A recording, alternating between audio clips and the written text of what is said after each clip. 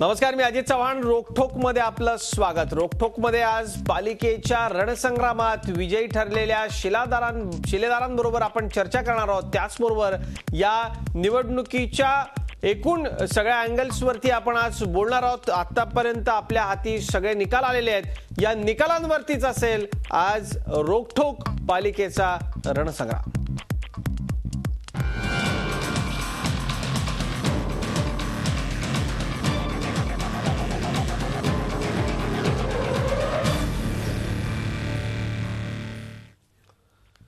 आणि रोकठोकमध्ये चर्चा करण्यापूर्वी आजच्या कार्यक्रमात सहभागी मान्यवरांची आपण ओळख करून घेऊयात. माझ्याबरोबर स्टुडिओमध्ये एमआयएमचे नेते आमदार वारिस पठाण आहे. वारिस भाई, स्वागत आपलं आमच्या स्टुडिओमध्ये. खूप खूप. जयेश सामंत, ज्येष्ठ पत्रकार, ठाण्याच्या आमच्या स्टुडिओमधून आहेत. जयेशजी, आपलंही स्वागत या चर्चेमध्ये. माजी खासदार आणि राष्ट्रवादी काँग्रेसचे नेते, नवी मुंबईमधले विजयी नेते संजीव नाईक आपल्याबरोबर आहेत. संजीवजी, आपलंही स्वागत या चर्चेमध्ये. काही वेळातच आपल्याबरोबर किशनचंद तनवाणी, भाजपचे नेते औरंगाबादहून, आणि नीलम गोऱ्हे, शिवसेनेच्या नीलमताई आत्ता आपल्याबरोबर आलेल्या आहेत. डॉक्टर नीलम गोऱ्हे, शिवसेनेच्या प्रवक्त्या, या देखील आपल्याबरोबर या चर्चेमध्ये सहभागी आहेत. नीलमताई, स्वागत आपल्या चर्चेमध्ये. आत्तापर्यंतचे सगळे जे हाती आलेले निकाल आहेत ते आपण आधी पाहूयात, एक नजर टाकूयात. काय नेमकी परिस्थिती आहे, काय निकाल आले आहेत? औरंगाबाद मधली जर परिस्थिती आपण बघितली तर युतीला 51, एमआयएमला 25, काँग्रेसला 10, राष्ट्रवादीला 3 आणि इतर 24 अशी एकूण पक्षीय बलाबलाची सध्या परिस्थिती. त्यानंतर नवी मुंबई मधली परिस्थिती आपण बघूयात. राष्ट्रवादीनं 53 जागी विजय मिळवलाय. शिवसेना 37 जागी. शिवसेनेनं जोरदार मुसंडी मारली आहे नवी मुंबईत. भाजपला प्रभाव दाखवता आलेला नाही, 6 जागा. काँग्रेसला 10 तर इतर अपक्ष 5. याची सगळी परिस्थिती आहे. तर भोकर, राजगुरुनगर, अंबरनाथ, कुळगाव, बदलापूर, मोवाड आणि वाडी इथले सगळे विजय जे आहेत ते देखील आपल्याकडं इथं आत्ता माझ्या हातामध्ये आलेले आहेत. भोकरमध्ये अशोक चव्हाणांनी आपली सत्ता इथं काँग्रेसनं राखलेली आहे. कुळगाव, बदलापुरामध्ये शिवसेना आणि भाजपची मुख्य लढत होती.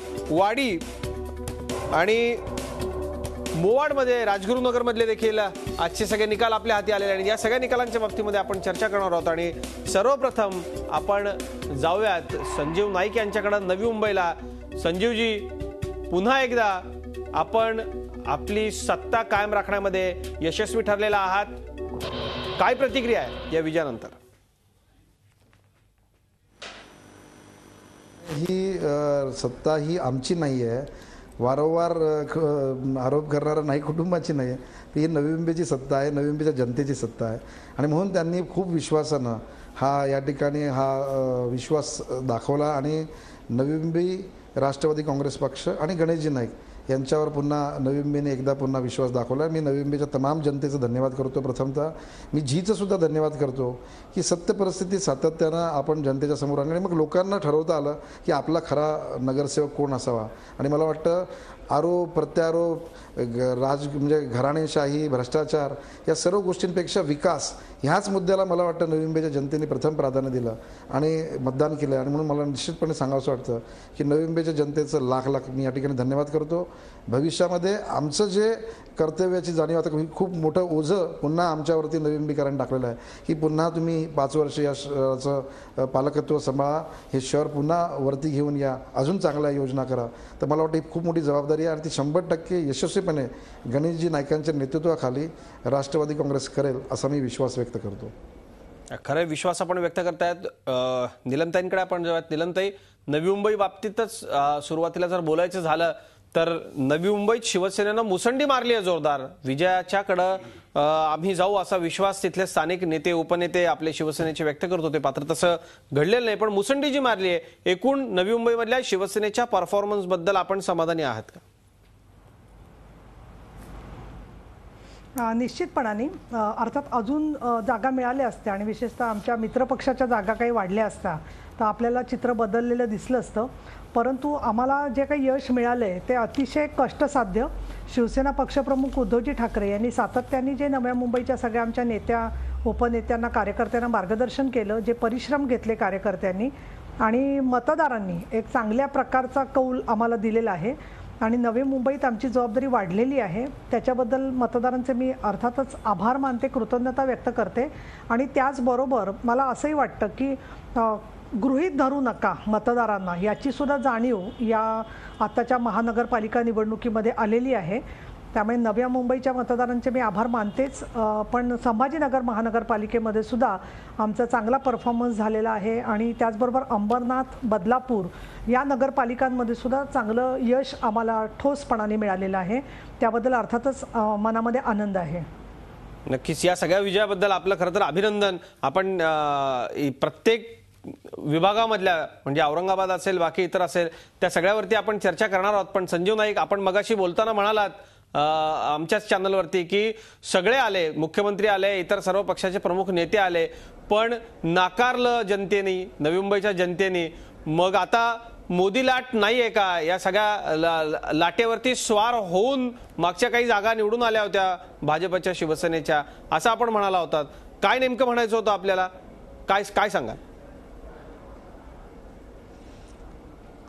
निश्चितपणे मी या ठिकाणी सांगू इच्छितो की शिवसेनेच्या ज्या काही जागा वाढल्यात ना, त्या जागांमध्ये त्यांच्याकडे शेवटच्या क्षणाला जे 14 नगरसेवक आले, हे शिवसेनेचे नगरसेवक नाही आहेत, हे राष्ट्रवादी आणि काँग्रेसमधून आलेले नगरसेवक आहेत.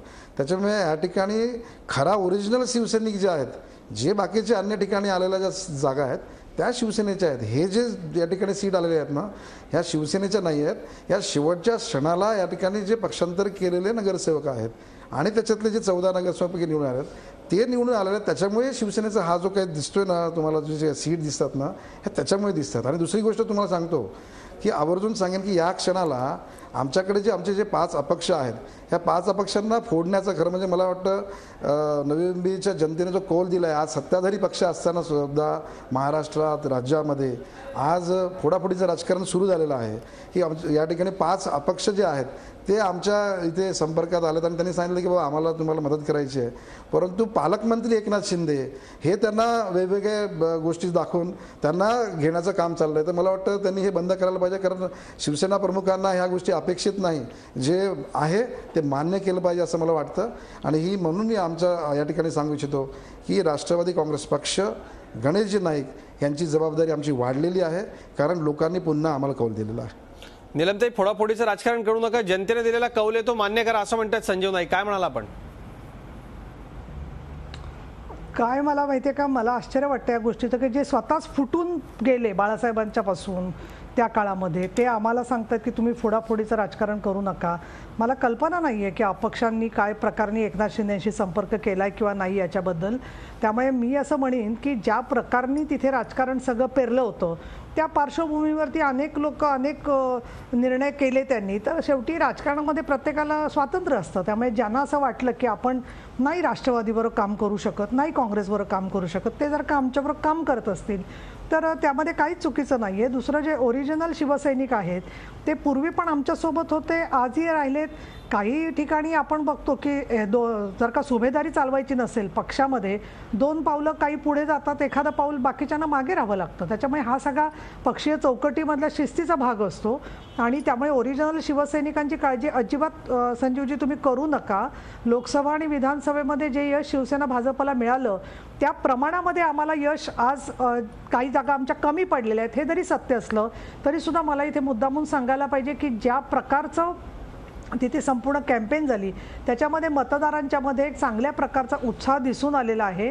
विधानसभेमध्ये तर चांगल्या प्रकारे आम्ही म्हणजे दोघांची युती नव्हती, शिवसेना भाजप एकमेकाच्या विरुद्ध लढले होते, तरी सुद्धा आज जे यश मिळालेलं आहे त्याच्यामध्ये मला असं वाटतं की सत्ता परिवर्तन काही प्रमाणामध्ये इथे सुरू झाली आहे, मानसिकता बदलायला सुरू झाली आहे, याचे चांगले संकेत आहेत.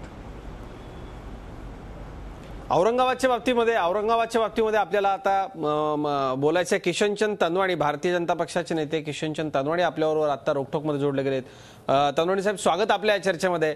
औरंगाबादच्या बाबतीमध्ये जर आपण चर्चेला सुरुवात केली तर पुन्हा निलमताईंकडेच आपल्याला जावं लागेल. निलमताई, औरंगाबादमध्ये आत्ता बंडखोरांना या निवडणुकीमध्ये तुम्ही बऱ्यापैकी बसवू शकला नाहीत, म्हणून आता हा सगळा समोर निकाल दिसतोय. जर बंडखोर तुमची इतके नसते तर आणखी वेगळी परिस्थिती असती असं वाटतं का? आणि एमआयएम इतक्या जागा मिळवेल असं वाटलं होतं का? एमआयएमनं जोरदार मुसंडी मारली. हे दोन्ही प्रश्नांची उत्तरं देते मी. एक तर पहिला भाग असा की MIMला जे काही यश मिळालेलं आहे तर ते एक आपण लक्षात घेऊया की याच्यापूर्वी याच मतदारसंघांमध्ये बहुतेक ठिकाणी काँग्रेसचे मुस्लिम नगरसेवक निवडून येत होते. म्हणजे MIM जे आलेले नाव बदललं, पाटी बदलली, परंतु मुस्लिमांचे बहुल असे जे मतदारसंघ होते त्या ठिकाणी फक्त त्यांचे प्रतिनिधी बदललेले आहेत. त्यामुळे MIMमुळे शिवसेना भारतीय जनता पक्षाला काही प्रमाणामध्ये वॉर्डची पुनर्रचना झाल्यामुळे थोडा बदल झाला असेल, मी नाही म्हणणार नाही, शेवटी प्रत्येक गोष्टीचा परिणाम होत असतो. परंतु MIMची आगेकूच झाली आणि शिवसेनेची पिछेहाट झाली अशी अजिबात परिस्थिती नाही आहे. दुसरा जो 1-2 जागांच्या ठिकाणी फरक झालेला आहे किंवा जिथे आमचे उमेदवार होते ते महत्त्वाचे उमेदवार काही ठिकाणी पराभूत झालेले आहेत, याला एक कारण असं आहे की शिवसेना भारतीय जनता पक्षाची युती होणार नाही आणि सगळ्याच्या सगळ्या जागा लढवता येतील अशी एक कार्यकर्त्यांची भावना होती. त्याच्यानंतर लोकसभेला आम्हाला चांगलं यश मिळालं होतं. विधानसभेमध्ये सुद्धा एक MIMच्या जागेचा अपवाद जर का सोडला तर आम्हाला प्रदीप जयस्वाल, संजय शिरसाट या जागा शहरामध्ये जनतेने कायम कौल दिलेला आहे. त्यामुळे तो जर का विचार आपण केला तर कार्यकर्त्यांच्या अपेक्षा उंचावलेल्या असणं स्वाभाविक होतं आणि कार्यकर्त्यांच्या अपेक्षांना तेवढं आम्ही सामावून घेऊ शकलो नाही. युती केल्यामुळे अर्थातच काही जागा देणं भाग पडलं, पण याचा अर्थ युती असल्यामुळे काहीच सगळा तोटा झाला असं सुद्धा म्हणणं योग्य होणार नाही. काही ठिकाणी बंडखोर ऐकतात, काहींना बंडखोरांच्या पाठीमागे अनेक वेगवेगळ्या प्रकारच्या भावना असतात आणि त्यामधून ती बंडखोरी रोखली जात नाही, हे त्याच्यामधली वस्तुस्थिती आहे. त्यातून मी असं म्हणेन की 25 वर्ष इथे जनतेने आम्हाला कौल दिलेला होता. त्यामुळे प्रत्येक भागामध्ये त्या त्या कार्यकर्त्याचं काही एक स्थान तयार झालेलं असतं आणि पक्षाच्या रचनेबरोबरच तो कार्यकर्ता सुद्धा सत्ता, संपत्ती, प्रतिष्ठा या तिघांचा उपयोग करून अजून मजबूत होत असतो. त्याचं उपद्रव मूल्य वाढलेलं असतं आणि त्याच्यामुळे काही प्रमाणात ही बंडखोरी झाली. दुसरं मला असंही वाटतं थोडंसं की ज्या प्रकारने आमच्याकडे झाला पराभव काही उमेदवारांचा, त्यातून असं वाटतं की अँटी इन्कम्बन्सी पूर्वी पण आम्ही अनेक इतर शहरात पण हा अनुभव घेतलेला आहे की तेच जर का उमेदवार दिले तर काही वेळेला त्याचा परिणाम नगरसेवकांचा परफॉर्मन्स तेवढा नसेल तरी सुद्धा काही वेळेला झालेला दिसतो. परंतु आमच्याकडे बऱ्याचशा नवीन लोकांना पण संधी दिलेली होती आणि ह्याच्यामध्ये काही जागा ज्या कमी पडतायत तर त्याच्यामधून योग्य तो चांगला मार्ग निघेल याच्यात माझ्या मनात कुठलीही शंका नाही. अगदी आपण अगदी सविस्तर ऐकलं निलमताई. याच्यातून खूप काही प्रश्न आहेत, त्याची उत्तर आपल्याला घ्यायची आहेत. वारिस पठाण इथं बोलायला इच्छुक आहेत आणि शिवसेनेच्या जागा आल्या पण गुलमंडीमधून शिवसेनेचं नाक कापून नेलं अशी आज औरंगाबाद शहरामध्ये चर्चा होती. ज्यांच्या भावानं बंडखोरी केली ते भाजपचे नेते किशनचंद तनवाणी देखील आपल्याबरोबर आहेत आणि वारिस पठाण यांना देखील या सगळ्याचं उत्तर द्यायचंय. शिवसेनेला मिळालेला इथला विजय हा विकास कामांचा विजय आहे की MIMची भीती दाखवून मिळवलेली मतं आहेत, यावरही आपण बोलूयात. एक छोटासा ब्रेक घेतो, लागत असतो.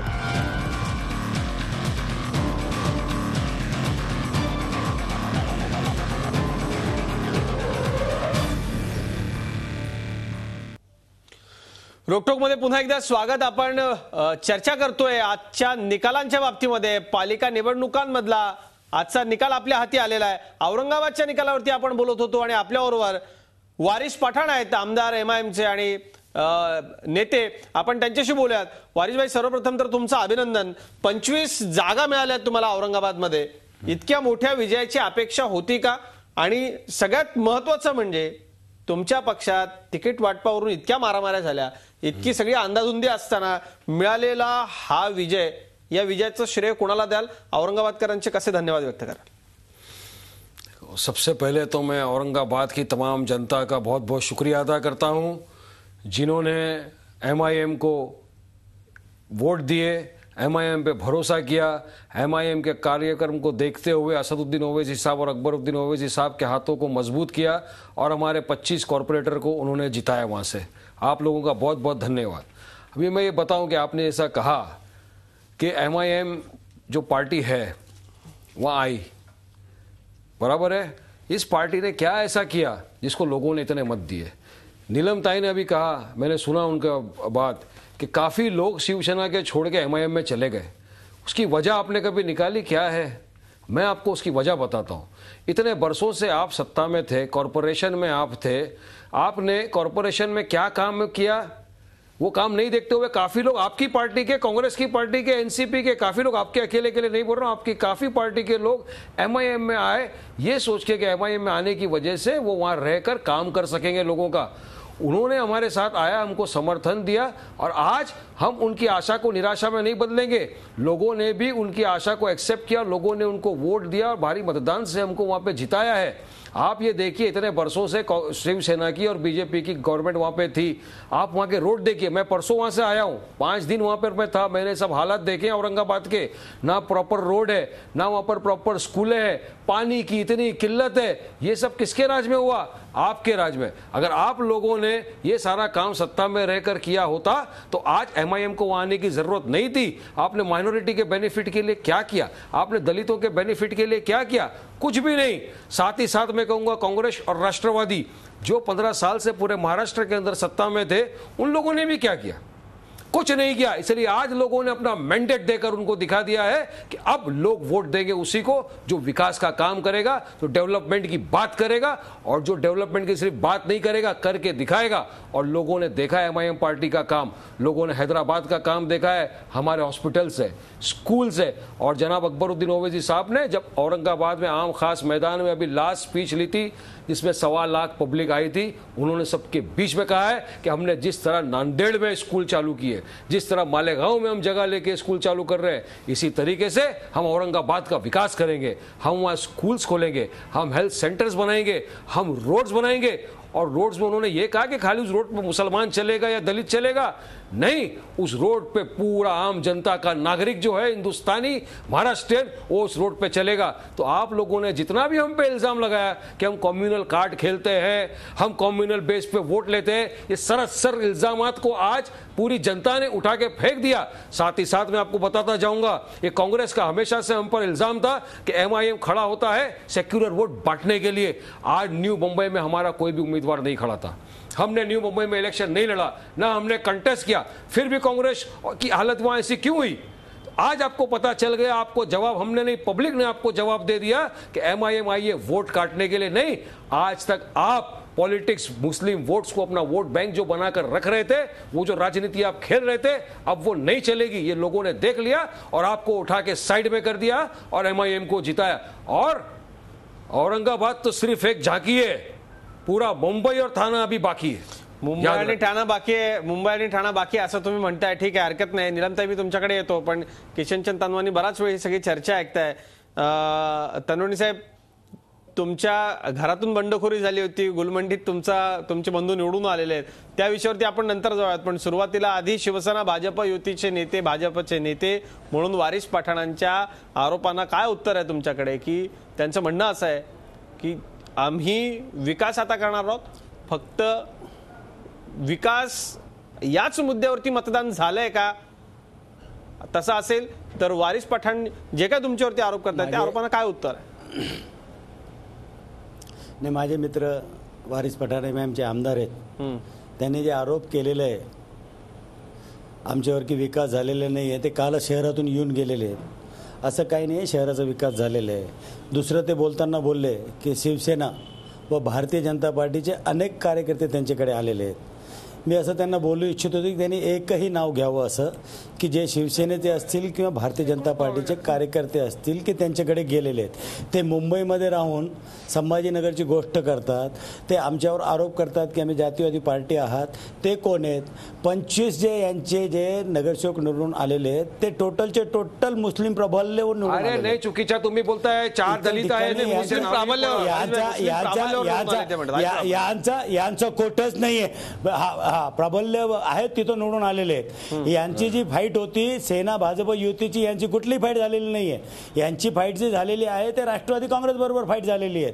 आता हे बोलत असताना विकास आम्ही केलेला नाहीये या शहराचा, तर भारतीय जनता पार्टी शिवसेनेचे आज 51 नगरसेवक या शहरामध्ये निवडून आलेले आहेत। भारतीय जनता पार्टी शिवसेनेने विकास केलेला आहे, म्हणूनच संभाजीनगरची जनताने आमच्यावर विश्वास टाकलेला आहे। युती करून आले, आता हे जे बोलू लागले की हे जातीवादी नाही आहेत, युती जरी केली नाही केली के लिए मेरे भाई साहब मेरी बात समझ लो, युति में हमारे सिंगल लड़ो, सिंगल, हम लोग सिंगल लड़े, अभी सिंगल लड़के 25,000 लिया और आपने युति करके आया, सत्ता में बीजेपी शिवसेना है और आपने 51 लिया है। हम लोग की सत्ता नहीं है, हम तो वारिस भाई आमदार है और हमने 2 आमदार ने मिलकर इतना सारा लाया। तुम्ही राष्ट्रवादी अरे भाई तुम सीट लड़े कितने? अरे भाई तुम सीट लड़े कितने? नहीं तुम सीट लड़े कितने? तुम 60 सीट लड़े हैं, उसमें से तुम्हारे 25 सीट चुन के आ रहे हैं, 52 सीट लड़े, उसमें से 25 हमारे 51 सीट चुन के आ रहे हैं, उसमें से हमारे 17 बंडखोर हमारे युति के। ये क्या हो गया कि युति के अपक्ष जो बंडखोर चुन के आए हुए, दोनों पक्ष की तैयारी हो गई थी कि अलग अलग लड़ना। इसके अंदर 30 सीट शिवसेना के चुन के आई हुई है, 22 सीट भारतीय जनता पार्टी की चुन के आई हुई है, 19 हमारे हिंदू अपक्ष है, भारतीय जनता पार्टी के बंडखोर चुन के आए हुए। ऐसे हम टोटल 80 के ऊपर पहुंच रहे हैं। हम आप तो 25 पे ही है अभी आप। अरे हम तो सिंगल लड़े, हम सिंगल लड़े। अगर आप सिंगल लड़ते तो आप उतने पे भी नहीं पहुंचते। जो बोलते नहीं, आप सिंगल लड़ना चाहिए, युति करके बीजेपी के साथ जो सत्ता में है। कहां से चुन के आए? सेंटर में। आप जो बोल रहे हैं कि दलितों को साथ में लिए, तो ये 5 बसपा शहर में कहां से चुन के आए? आप जो सिंगल लड़े, आपकी बात बरोबर है, हम युति में लड़े। आपको रोक, मेरी बात समझो आप, मैं क्या बोल रहा, आप वहां बैठ के यहाँ की बात करो मत। नहीं, मैं तो पूरे देश की बात करने को बैठा हूँ। आप तो सिर्फ औरंगाबाद की फिक्र है, पूरे महाराष्ट्र की, मुंबई की, पूरे देश की फिक्र है। यही फर्क है आपके हमारे बीच में। आप सिर्फ अपना सोचते हैं और हम पूरे देश का सोचते हैं। ये फर्क आपका है, यही फर्क है आपके और हमारे बीच में कि आप सिर्फ अपने घर का सोचते हो और हम पूरे देश का सोचते हैं। अरे हम पूरे देश का, जो आप सिर्फ अपने घर का, देखो आपके मुंह से बात निकली है, आप सिर्फ खुद का सोचते हो, वारिस भाई पूरे देश का सोचते हो। हमारे मैं जो सोचूंगा मेरे शहर का सोचूंगा, मेरे नेता है मेरे देश का सोचेंगे।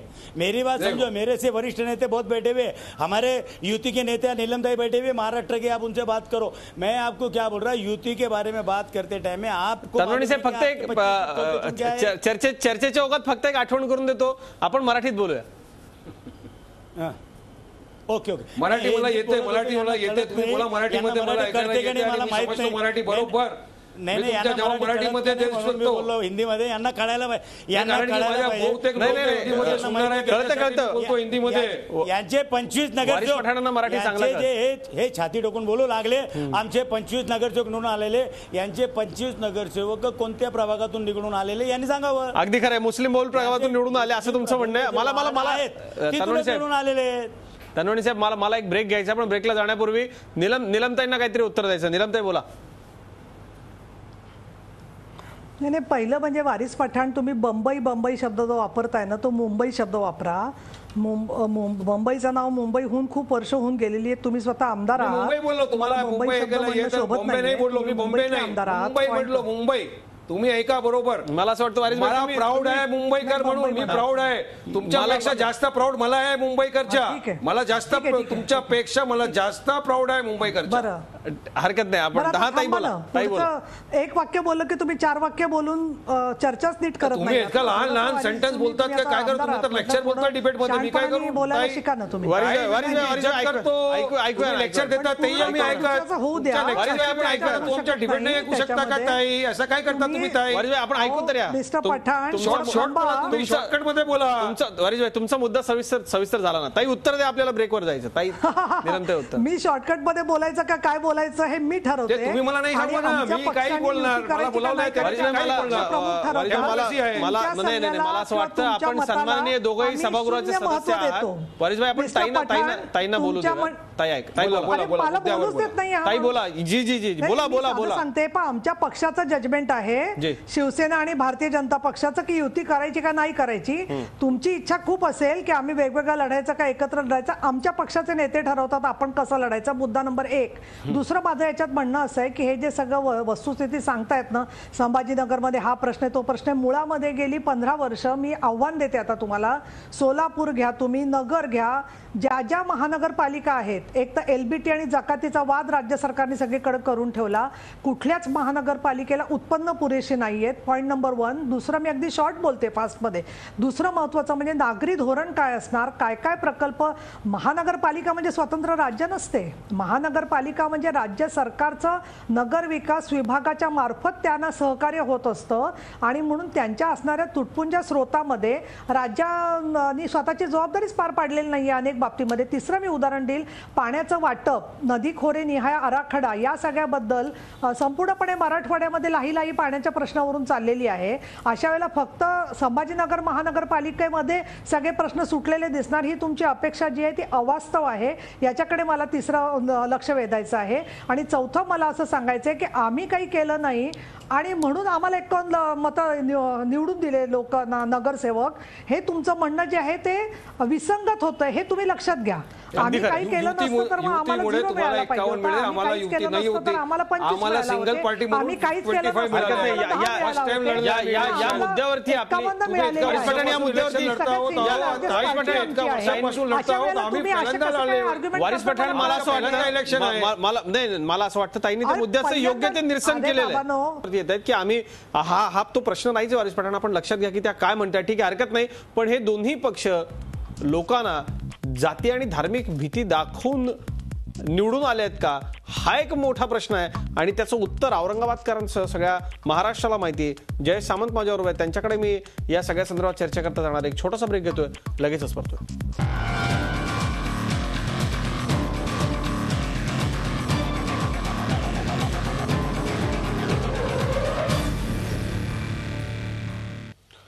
रोकटोकमध्ये पुन्हा एकदा स्वागत. आपण पालिकेच्या निकालांबाबतीत आज चर्चा करतोय. पालिकेच्या रणसंग्राममध्ये जयेश सामंत, ज्येष्ठ पत्रकार, आपल्याबरोबर आहेत. आपण त्यांच्याकडे जाऊयात. जयेशजी, आपण ठाणे पट्ट्यामधल्या निकालाबद्दल सुरुवातीला बोलूयात. नवी मुंबईचा निकाल असेल, अंबरनाथ आणि कुळगाव बदलापूरचा निकाल असेल, कसं बघता येईल या निकालाकडे? नाही, एक गोष्ट म्हणजे या पूर्ण चर्चेत एक गोष्ट खूप मिस करतोय आपण, आणि ती म्हणजे भाजपाचं या सगळ्या निवडणुकीत जे पानिपत झालंय ते एक लक्षात घ्यावं लागेल आपल्याला. नवी मुंबईत भाजपाला शिवसेनेने 43 जागा दिल्या आणि त्यातल्या अवघ्या 6 निवडून आल्या. अंबरनाथमध्ये शिवसेनेची एकाहाती सत्ता येते बऱ्यापैकी.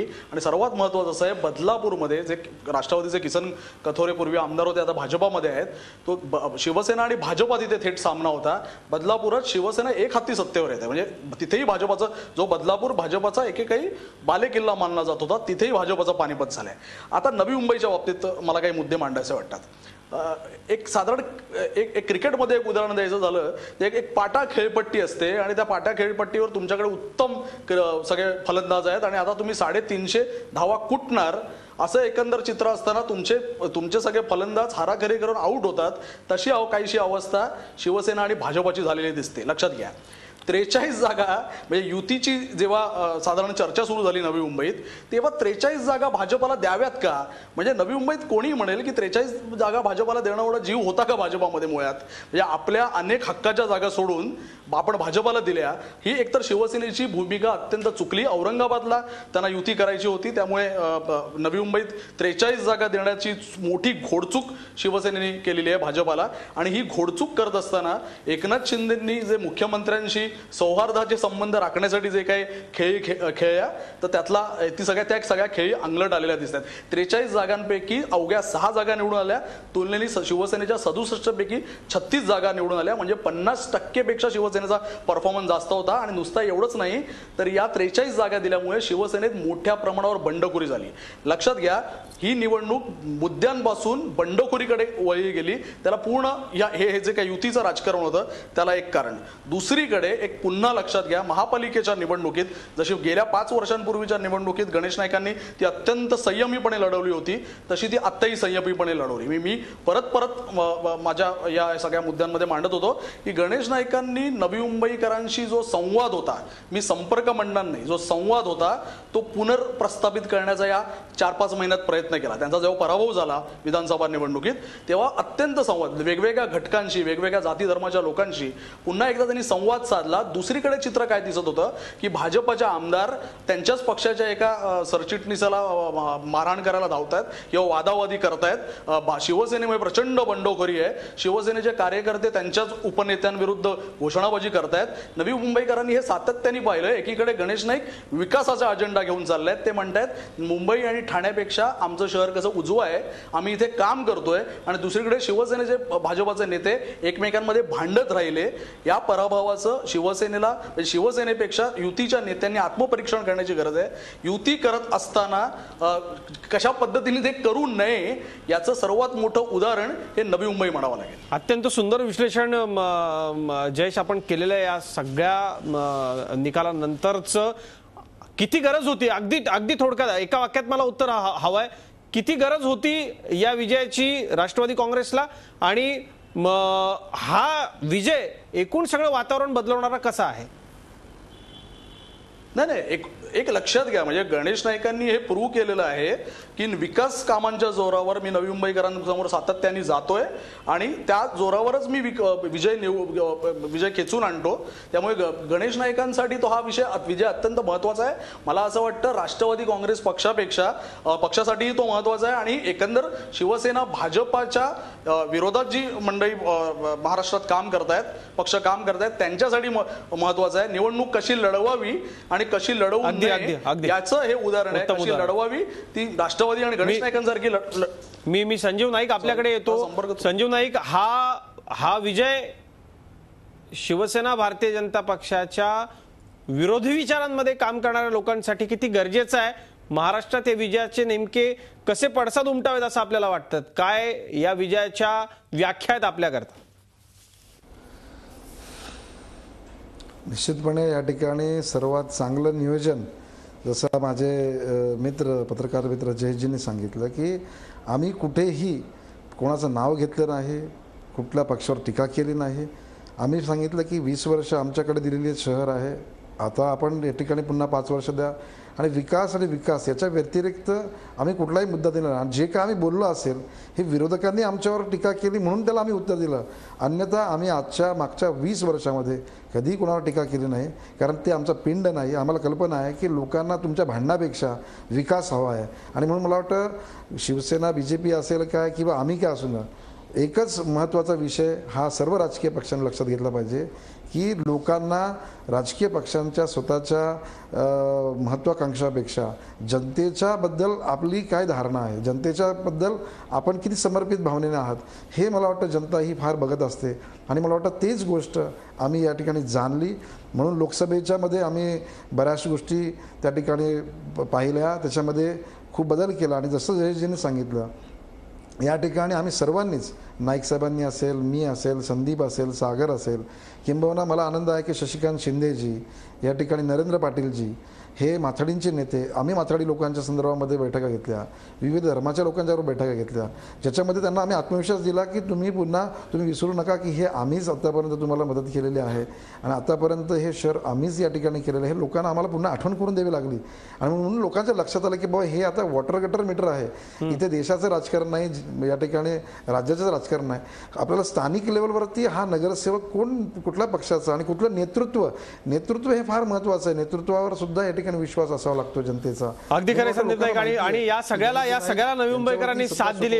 वेळ माझ्याकडे कमी, मला ब्रेकसाठी एका थांबायचं आहे. पण शिवसेनेनं भाजपला जास्त जागा सोडल्या, ही खरंच चूक झाली का शिवसेनेची? ती अंगलट आली आहे का? निलमताईंकडून उत्तर घेऊ आपण. आणि भाजपचं पानिपत झालंय यावरती वारिस पठाणांनाही बोलायचं आणि मी जाईन भाजपचे नेते किशनचंद तनवाणी यांच्याकडे एका ब्रेकनंतर.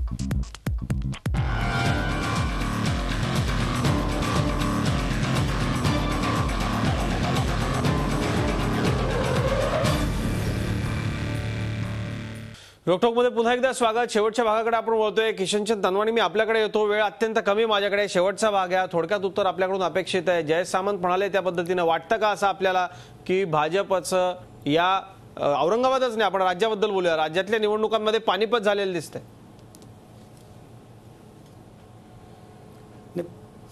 राज्यात भाजपचं पानिपत झालं का नाही, मला काय की संभाजीनगरच्या बाबतीत तुम्ही जर विचारलं तुम्हाला चांगल्या पद्धतीने उत्तर देऊ शकतो. कारण की भारतीय जनता पार्टीमध्ये बाकीचं मुंबईचं किंवा अंबरनाथचं किंवा काय तेवढी मला माहिती नसल्यामुळे मी आपल्याला आज काही बोलू शकत नाही त्या बाबतीत. अगदी खरं आहे. पण एकूण आज जे भाजपचे एक ज्येष्ठ नेते होते ते काही कारणानिमित्तानं का त्यांच्या वैयक्तिक कारणानिमित्तानं चर्चेत येऊ शकले नाहीत, पण आज खरंच भारतीय जनता पक्षाच्या नेत्यांकडून याचं उत्तर येणं अपेक्षित आहे. नीलमताई, आपल्याकडे मी येतो. नवी मुंबईच्या बाबतीत जर बोलायचं झालं तर खरंच जास्त जागा भाजपला दिल्या ही शिवसेनेची घोडचूक ठरली या निवडणुकीतली नवी मुंबई महापालिका, असं वाटतं का? असं युती ज्या वेळेला असते ना, त्या युतीमध्ये अशा अनेक निकष लावले जातात. जागा म्हणजे अशा उचलून कोणाला तरी देऊन टाकणं, बरी मित्रपक्ष असला तरी सुद्धा तसं होत नाही. मी अनेक अशा बैठका स्वतः अटेंड केलेल्या आहेत आणि मला चांगलं माहिती आहे की याच्या अगोदरच्या निवडणुकांकडे पडलेली मतं, मग लोकसभेमध्ये याच्या अगोदरच्या लोकसभा निवडणुकीत पडलेली मतं आणि त्याच वॉर्डांमध्ये या लोकसभेमध्ये वाढलेली मतं, विधानसभेमध्ये आम्ही एकमेकाविरुद्ध लढल्यावर त्या वॉर्डांमध्ये काय मतदान पडलं, त्याच्यामधून अनेक गोष्ट चित्र स्पष्ट झालेली होती. पण तरी मला असं वाटतं की अंबरनाथ आणि बदलापूर कुळगाव इथे आम्ही समोर लढून सुद्धा आम्हाला सत्ता मिळालेली आहे. आणि नव्या मुंबईमध्ये खरं तर आमदार त्यांच्या निवडून आलेले असून सुद्धा भारतीय जनता पक्षाच्या एवढी का कमी संख्या यावी हे ज्या वेळेला आकडेवारी समोर येईल त्याला चित्र स्पष्ट होईल. दुसरं, शिवसेना पक्षप्रमुख उद्धवजी ठाकरे हे ज्या वेळेला ह्या सगळ्या जागांचं वाटपाचं सांगतात त्याला ते नेहमी सांगत असतात की काही गोष्टींचे निर्णय ते अंतिमता घेत असतात आणि त्याचं यश अपयश दोन्हीची जबाबदारी घेतात ते. परंतु स्थानिक जे आमचे पदाधिकारी आहेत त्यांचं काय यातलं जजमेंट आहे ते जास्त महत्त्वाचं ठरेल. आपण एकूण सगळ्या आकडेवारी आल्यानंतर अभ्यास करून बोलू असं म्हणताय ताई. माझ्याकडे ताई वेळ कमी आहे, मला थांबायचंय. पण वारिस पठाण तुम्ही म्हणाला आम्ही लढलो नाही नवी मुंबईमध्ये, पण पानिपत झालंय भाजपचं. तुमचा राजकीय विरोधक भाजपचं पानिपत झालंय. जय सामंतांनी मांडलेल्या मताशी सहमत आहात का? तुमची काय प्रतिक्रिया? बरोबर है, भाजपा का तो पानीपत आज से नहीं, दिल्ली के चुनाव से ही हो गया है, जब आम आदमी पार्टी ने उसको पूरी तरह से वहां खत्म कर दिया. अब महाराष्ट्र के अंदर भी भाजपा का वही होने वाला है, क्योंकि 10 महीने से ये लोग सरकार में हैं. इन्होंने जो वादे किए थे कि हम ये कर देंगे, सबका साथ सबका विकास, सब कुछ किया नहीं, सिर्फ लोगों को सिर्फ बातें की. लोग बातों से पेट नहीं भरता है, काम भी तो करके दिखाना चाहिए. तो भाजपा का तो फिनिश हो गया है, इसलिए वो युति के अंदर आ रहे हैं. और हमने औरंगाबाद में भाजपा से ज्यादा सीट ली है. अगर आप डिवाइड करके देखो युति को, शिवसेना और भाजपा और MIM का, तो हमने जो कॉर्पोरेशन जीता है 25 सीट, भाजपा से ज्यादा सीट है. प्लस मैं आपको ये भी बोलता है नहीं है. न्यू मुंबई में अगर हम लड़ते तो फिर हम पे इल्जाम करते हैं कि हम बीजेपी की बी टीम है और कांग्रेस के हम वोट काट रहे हैं. अब कांग्रेस को क्या हो गया है? आपल्याकडून उत्तर घेऊन संपूया कार्यक्रम. खाली हम पे इल्जाम लगाते हैं. तुमच्याकडून उत्तर घेऊन संपूया कार्यक्रम. हे जे बोलतात नाही, हे जे म्हणतात की भारतीय जनता पार्टी संपलेली आहे, असं काहीच नाही आहे. संभाजीनगरमध्ये भारतीय जनता पार्टीचे आणि शिवसेनेचे 51 नगरसेवक निवडून आलेले आहेत. अरे भारतीय जनता पार्टीचे किती आले? केली आणि ते एकटेचे 25 आले, 22 सीट निवडून आलेले आहेत आणि 7 आमचे अपक्ष निवडून आले आहेत. 29 सीट आमचे आलेले आहेत. पार्टी इतका वर्षापासून आहे, आमची पार्टी फर्स्ट बंडखोर आलेले आहेत. दोघंही मिळून आम्ही 62. तुम्ही जे लढलेले तुम्ही जातीचं राजकारण करून लढलेले, तुम्ही लढलेले तुमचे मुस्लिम प्रबलामध्ये निवडणूक तुम्ही लढलेली आहे. तुम्ही आमच्याकडे लढली कुठं? सेक्युलरिझम इलेक्शन लढतात का तुम्ही? सेक्युलरिझमच्या मुद्द्यावर इलेक्शन तुम्ही लढली कुठे? भारतीय जनता पार्टी ही सेक्युलरिझम से सबका साथ सबका विकास हे जे तुम्ही सबका साथ सबका विकास केला. लोक येत नाही, आरक्षण फेटाळून दिला. मुस्लिमवर जे आरक्षण होता ते तुम्ही फेटाळून दिला. ते काय सबका साथ आणि सबका विकास तुम्ही केला? आता आमची बेंड केला. सबका साथ सबका विकास केला तुम्ही. जाता जाता ठीक आहे, हरकत नाही. जाता जाता जय सामंत तुमच्याकडून एक मला छोटीशी. मी महापौर असताना यांना काही माहित नाहीये. मी महापौर असताना, शिवसेनेचा महापौर असताना लोटाकरांच्या आम्ही वाइंडिंग. अरे तुमच्या महापौर हारला, शिवसेनेचा महापौर हारला या इलेक्शन मध्ये. पाणी देत असताना आम्ही सर्व माझ्या कार्यक्रमाची वेळ संपलेली आहे. पण जे बोलतात की आम्ही जातीवाद करता, जातीवाद नाहीये. आम्हाला जे शिकवण दिलेली आहे तेच आम्ही करतो. औरंगाबाद मध्ये त्याचा पराभव झालाय. दोघे महापौरच्या पराभव झाला या इलेक्शन मध्ये. वारिस पठाण, माझी वेळ संपलेली, माझी वेळ संपते. मी जातो. तुमचाही जिल्हा अध्यक्ष जे फाउंडर आहे MIM चे, तोही पडलेला आहे. तोही तो निवडून आला महापौर नाहीये. नव्हता. तुम्ही असं तुमच्या बोलता का? महापौर हे होता आणि तो निवडणूक महापौर आहे. हारला. निवडणूक आहे. तुमच्या निवडणूक झाला आहे. तुमच्या दोघांच्याही जखमा मोठ्या आहेत, त्यामुळे वेदना मोठ्या आहेत नक्की, याची कल्पना आहे आम्हाला. जय सामंत, अगदी थोडक्यात की हे दोन्ही पक्ष सांगतायत की सेक्युलरिझम आणि विकासाच्या गोष्टी करतात, पण खरंच नगरपालिकेच्या निवडणुकीत इतका टोकाचा जातीवाद आणला गेला, किती वाईट आहे? नाही, निश्चित वाईट आहे. औरंगाबादमध्ये काय झालं आणि औरंगाबादमध्ये जे आता सत्तेत आहेत ते कशामुळे आहेत आणि जे विरोधी पक्षात आहेत ते कशामुळे आहेत हे तर स्पष्टच आहे. म्हणजे जातीच्या मुद्द्यावर, विकासाच्या मुद्द्यापेक्षा जातीच्या मुद्द्यावर त्या निवडणुका लढवल्या गेल्या औरंगाबादमध्ये. नवी मुंबईत नेमकं उलटं होताना दिसतंय. माझा पुन्हा तोच मुद्दा आहे. नवी मुंबईत प्युअरली विकासाच्या मुद्द्यावर निवडणूक लढवली गेली आणि इथे काय झालं ते आपण पाहतोय. एकीकडे निवडणुका कशा लढवू नयेत याचं उदाहरण होतं, एकीकडे निवडणुका कशा लढवाव्यात याचं उदाहरण होतं. अगदी आजच्या या कार्यक्रमामध्ये आपण इथं थांबतोय, पण या कार्यक्रमाच्या चर्चेत जाता जाता अनेक प्रश्न उपस्थित होत आहेत. हे म्हणजे की स्थानिक स्वराज्य संस्थांच्या निवडणुकांमधले प्रचाराचे मुद्दे काय असावेत, ह्याचा पुन्हा एकदा उहापोह करण्याची गरज निर्माण झालेली आहे. अनेक ठिकाणी निकाल वेगवेगळे लागलेले असले तरी देखील जे विजयी झालेले आहेत त्यांना पुढच्या सगळ्या विकास कामांकरता, लोकसेवेकरता खूप खूप शुभेच्छा. ज्यांचा पराभव झालेला आहे त्यांनी खचून न जाता, राजकारणी नक्कीच सगळे खचत नाहीत, पण खचून न जाता आणखी चांगले प्रयत्न करावे लोकसेवेचे. विजयी सगळ्या लोकांना शुभेच्छा. आपण सगळ्यांनी या कार्यक्रमाकरता आज वेळ दिला. रोखोकमध्ये इतकंच. ताज्या बातम्यांसाठी पाहत राहा 24 तास. रहा एक पाऊल पुढे.